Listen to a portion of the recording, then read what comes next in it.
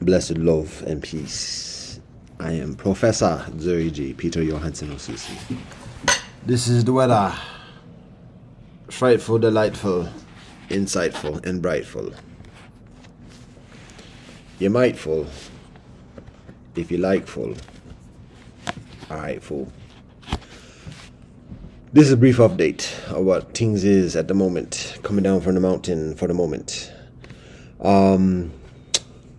I guess the first thing to share is that on the FYI TMI front, in my life, up to date, serious, solemn, sober. In my life to date, I have 11 wives. Serious. At this moment,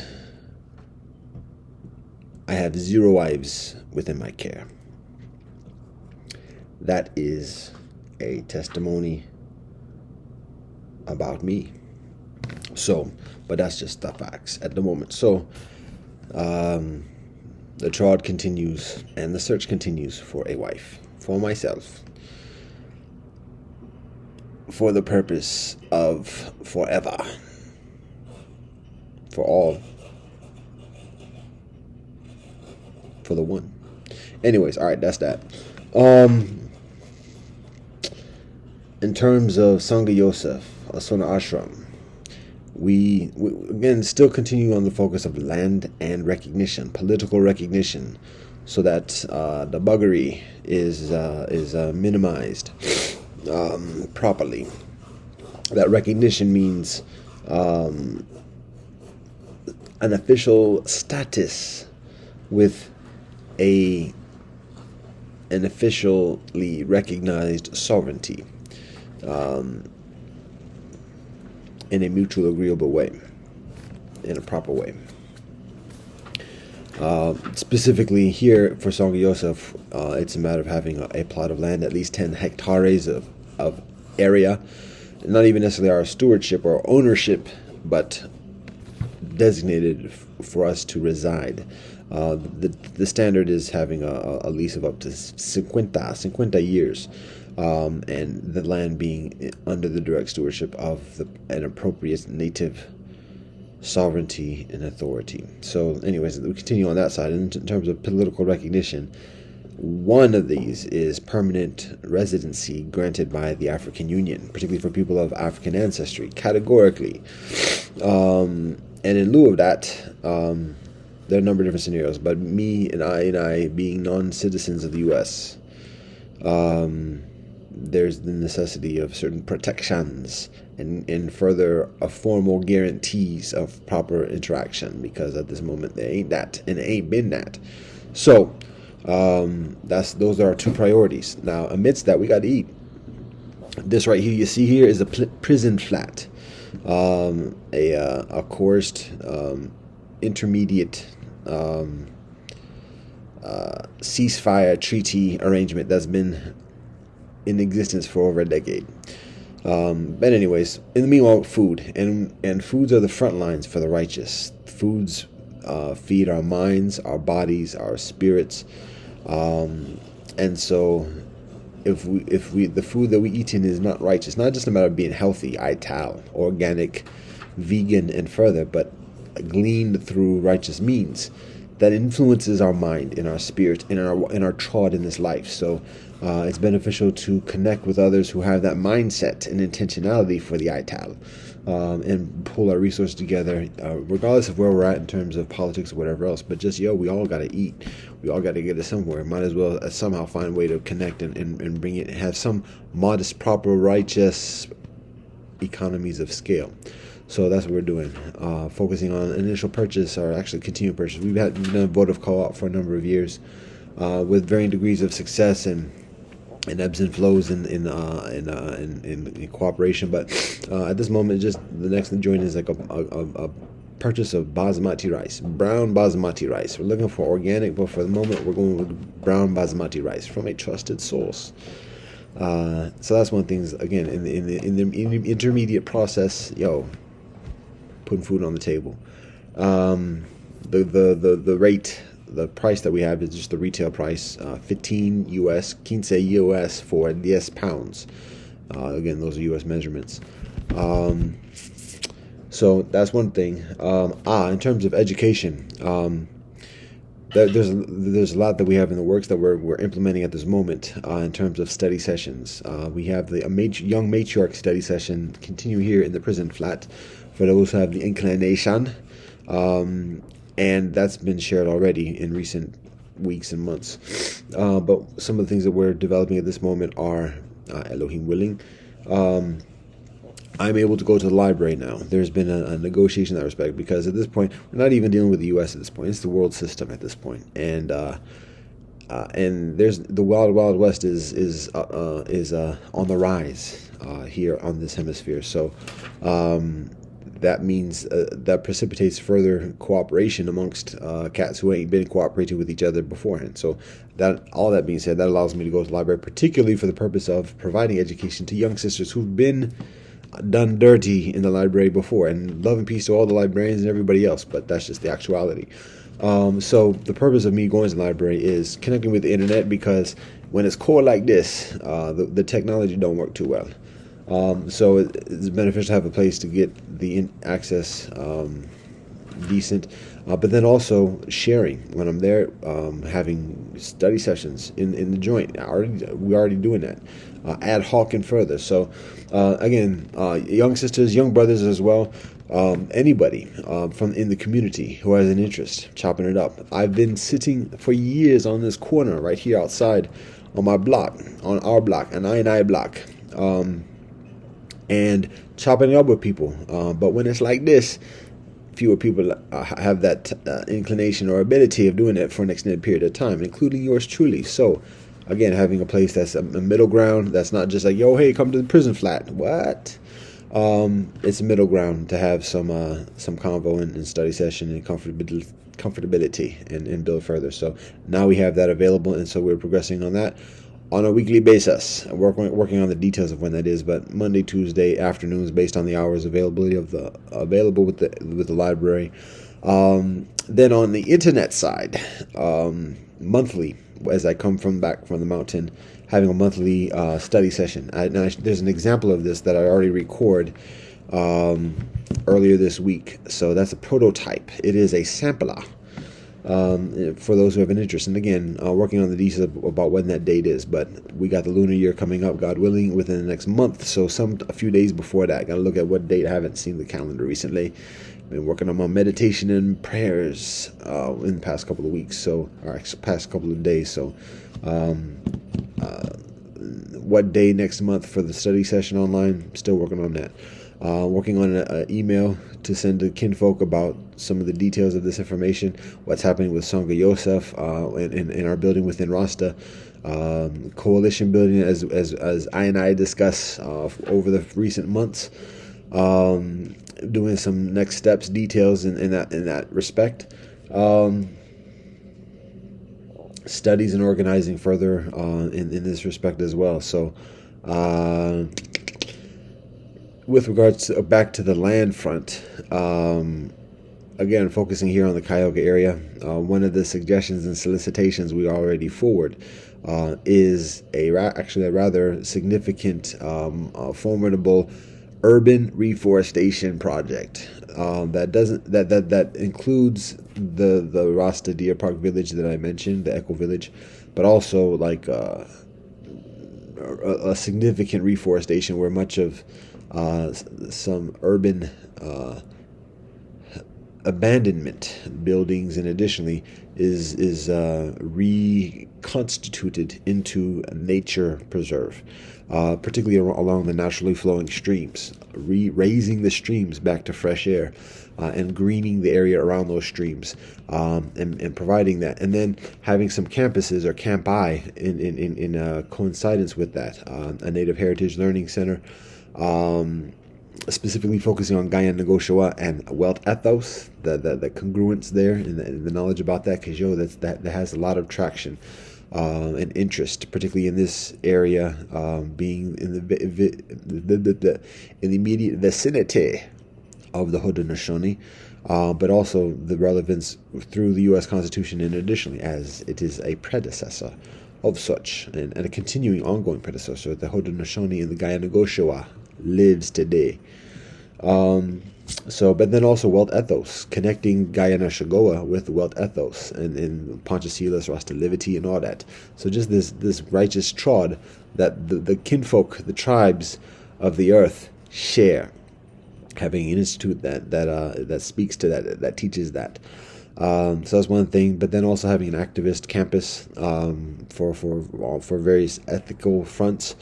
Having some residential communities, particularly for kinfolk of African ancestry, some other additional multicultural or a number of residential initiatives involving a number of additional cultural and ethnic kinfolk in the immediate vicinity. And there's a large area. And we're looking, to be honest, I'll say that, share the details on that. We're actually looking at an area called Forest Hill here in the Cuyahoga area, which includes on the borders of Cleveland Heights, East Cleveland, EC, and Cleveland. And that's actually a historic area because this is the location where John D. Rockefeller establishes his estates. And so back when there was the whole Standard Oil and the first millionaires that exist on this earth is actually here in the Cuyahoga area, John D. Rockefeller. And his whole crew built houses in the vicinity, just about a 15-minute walk away from where I'm sitting, in Forest Hill. And it's now a park for significantly in Cleveland Heights, EC. And there's a lot of blight around there because eventually, at some point, a lot of those houses burned down. A lot of those houses, well, I can't say intentionally, but a lot of those houses burned down and people moved out. A lot of houses still exist, but Cleveland ain't as prominent as it is earlier in the previous century, so people migrate to other places. And additionally, but it's still historic. That's where a lot of things get done and significantly shape the progression of Earth civilization. So the consideration is evolving the history and narrative of that specific space, so that from the legacy of Standard Oil to one of reforestation. So anyways, that's part of the narrative and like the motivation. And this has been something a long time in the works, beyond just myself, beyond Sangha Yosef and further. So this is just an articulation of that. So that's what we're looking at specifically, working with a number of prominent institutions, lightweight, further weight, featherweight, all them things. But this is Juma though, so I got to roll up. Anything else to share as an update? Bada. Swing.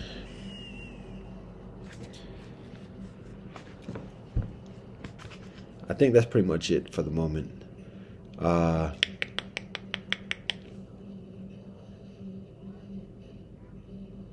Yeah. We got books.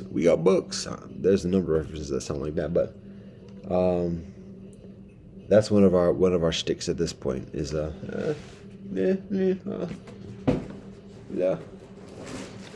shit. What I'm talking about? Handcrafted. Oh, collector's items. Oh, so nice, and a very affordable price. 1 silver coin. Thank you very much. But these are actually, it's handwritten, but then it's scanned. So it's not completely, but it's nearby and significantly. This one is a joint on talking about the 10 layers of pluralism that we share with Sangha Yosef. This one is a unique exercise within Sangha Yosef, which is called Rasta Sequence Reasoning. So the basic joint of this is, there's an explanation here, and then there are a number of exercises. There are different sessions. And the basic joint is that the person, that might be all backwards, just because that's how this photo booth records. Mirror. But the participant is invited to review the 6 phrases that are listed here. And those numbers actually are accurate, but it's coded somewhat. 6 phrases, and the participant is invited to place those phrases in a sequence that makes sense to the participant, and then talk about that. So that's Rasta sequence reasoning.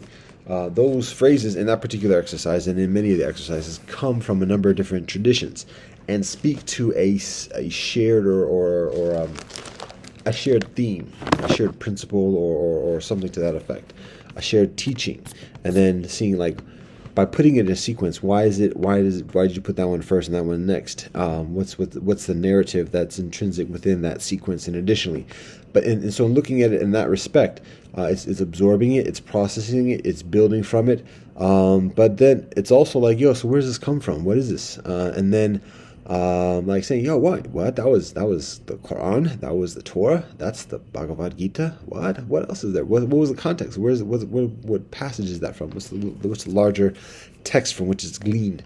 What's the context in which it was shared? But at the same time, it's like that particular exercise is basically like the golden rule articulated in a number of different texts that I just mentioned. And then, but it's there's a lot of things. There's layers and layers going on. And I'll share one other thing as I wrap this up, talking about timing. And again, Juma.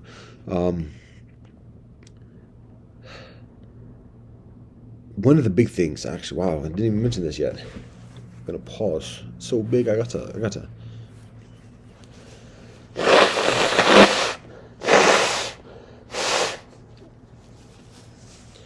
Getting over a bugger. So, one of the big things that we cultivate and we're sharing at this moment, particularly as a premise for doing a lot of things like the land, and additionally, what we offer or share as motivation for conventional institutions to start to come around and work with us with mutual respect and proper like. It's this. We share a Rasta World Civ education and academic program. A knowledge and understanding of world civilization from the perspective and experience of trotting Rasta, which is extremely unique, extremely valuable within the geopolitics and just world civilization today, because one of the significant traits is that there's an absence of a history and an intentionality, intrinsic intentionality or commitment towards atrocities and oppression and conquest that much of the knowledge of the world civilization is attached to within different societies. So because of that, it's increasingly accessible, it's increasingly congenial, cooperative, harmonious with the different societies of this earth today, even in learning about each society's own history. So that's one of the values of Rasta. But then again, like from that experience, coming from an experience of those atrocities, oppression, and conquest, there's an insight, there's a truth, there's a charisma, and sharing this through culture, through class, and further. Class meaning education. So that's what we share. And again, these 10 categories, 10 layers is a foundation for that study. And then the point I'm getting to here is part of the methodology of that study is polyrhythmic. We have a yearly cycle of studies, studying Tobadi Gokadao. In fact, in this handy dandy primer, I can show you the schedule if you have the patience.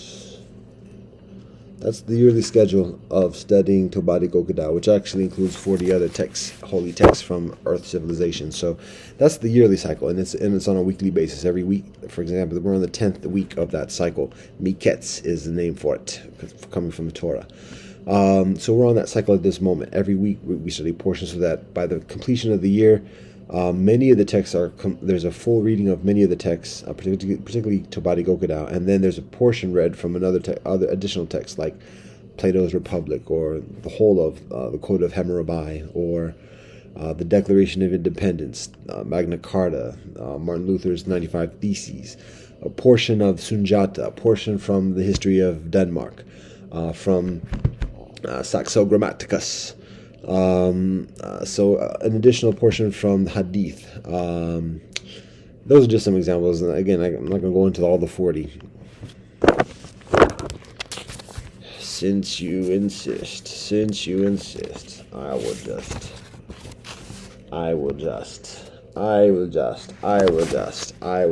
Hada. Can you decode that? That's the 40 right there. So, a whole reading of these. A whole reading of these. And then at least a partial reading of these. The Kitab Yaqdas from Baha'i, Sri Guru Granth Sahib from Sikhi, the Gayana Shagoa from Haudenosaunee, Tanakh, Yeshua, and further. So Yehoshua, I should say. Excuse me. Anyways, that's the yearly cycle. So that's every year we own that, and it's a weekly basis. In addition to that, we have the monthly programs, as I mentioned, a monthly study. So there's a rhythm with that, with the cycles of the moon. There's an intentionality with that, something that is universally experienced on this earthly trotting amidst all our kinfolk, all our clans, and everything. So that's something that brings us together. We all of our ancestors are having awareness of this in one way or another. So it's we tapping into a cipher here. There's an energy, there's a strength, there's a formidability, there's a perseverance. So there's a steadiness, an anchor, a rootedness, a stability. All them things amidst the migrations and movements, transformations and constancy. So monthly, and then again weekly. We have the yearly cycle on a weekly basis. But then we also have weekly studies that follow that cycle, follow that schedule, but then also chopping it up, like I said, at the library and further. So our methodology of education is polyrhythmic, in congruence with the natural cycles, the ancient cycles of the earth experience. So that's Rasta. That's Afrocentric. The drums. So there's that. And then there's like the filler, like the songs, the stories that just fill it in. I share a story of the fox and the scorpion in the joint that I mentioned just 20 minutes ago on this Juma, as I say it again. All right. Anything else? The academic program. So we share that, and again, we're connecting, we're working with building, we're sharing with kinfolk and institutions to further the further. Yeah. All right, I think we're gonna wrap it up with that. Just say this: blessed love and peace. All thanks and praise to the Most High Elohim Jah Rastafari.